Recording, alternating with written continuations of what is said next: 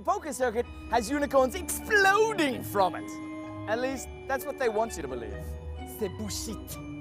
This is the real circuit, a visual orgasm. Uncle? Orgasm of trash cans, shit-stained hotel rooms, and your favorite poker faces. Mesdames et messieurs, en direct au Hôtel de Rio, je voudrais présenter the circuit.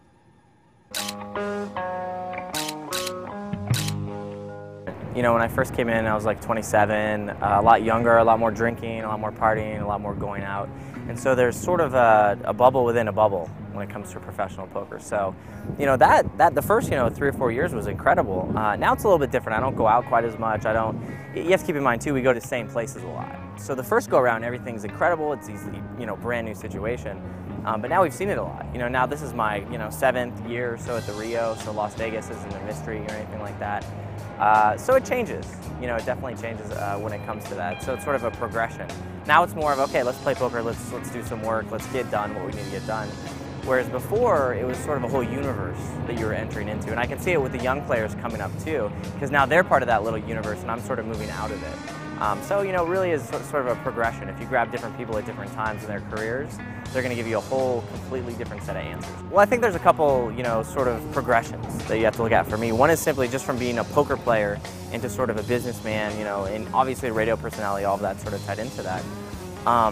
But, you've kind of seen it in my results. Up until when I started Poker Road, I was pretty much doing really, really well. Finishing 7th, going deep, making final tables, winning tournaments, and then there's a steep drop-off. Because it's really difficult to do both. So in that sense, there's a really, really big, and sharp change that happened when I got into the business world of things. And then on a personal level, sort of being in the poker world, I was always sort of the jovial, fun, let's go out, let's have a good time, we're playing poker for a lot of money, but there's no reason that you can't laugh with the people at the table. That sort of shifted, a lot with my involvement with UB and sort of, their past and sort of my past has sort of become now. Now I've sort of become the most hated person in poker in a lot of ways. So it's been different. I mean, it's not something I'm used to. I'm not used to sort of being disliked in that sense. But it's something I've had to get used to, whether it's warranted or not.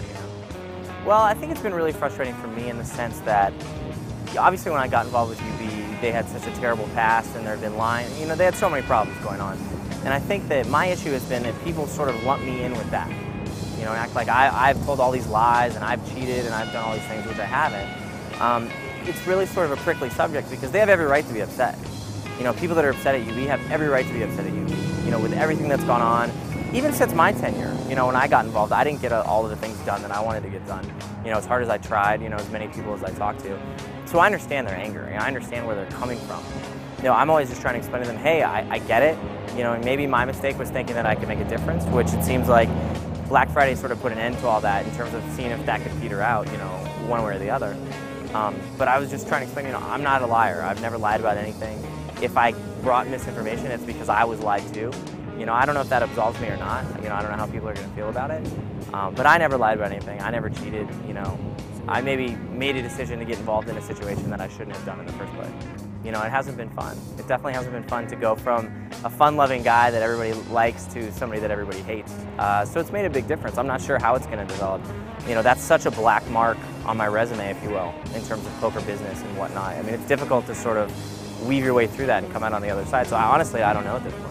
It's really difficult. It's hard to paint myself as the victim, and I understand because people want heads and they want blood and they want somebody they can get after. And the truth is, in these companies, there aren't very many people you can get after. So I happen to be somebody that they can actually access. So I get it. I get why people are so mad. It hasn't been fun. I don't know how else to put it without whining about it. I don't want to whine about it, and I get why people are angry, so I kind of take it and hope that people at some point will see that, if I was guilty of anything, it was maybe making an initial bad decision, but certainly not lying, certainly not covering up, certainly not, aiding any people who were trying to do any of those things. So hopefully that'll come out in the wash, at the end of the day. But I can't really control that. I can kind of only do what I think is the right thing to do and just move forward. And, people that reach out to me and say, hey, we know that you weren't involved, we know that you kind of got fucked in this, I appreciate that. And the people that hate me, they're going to hate me. There's not much I can do. I can't spend my life trying to win back all these people that decided I'm a bad guy.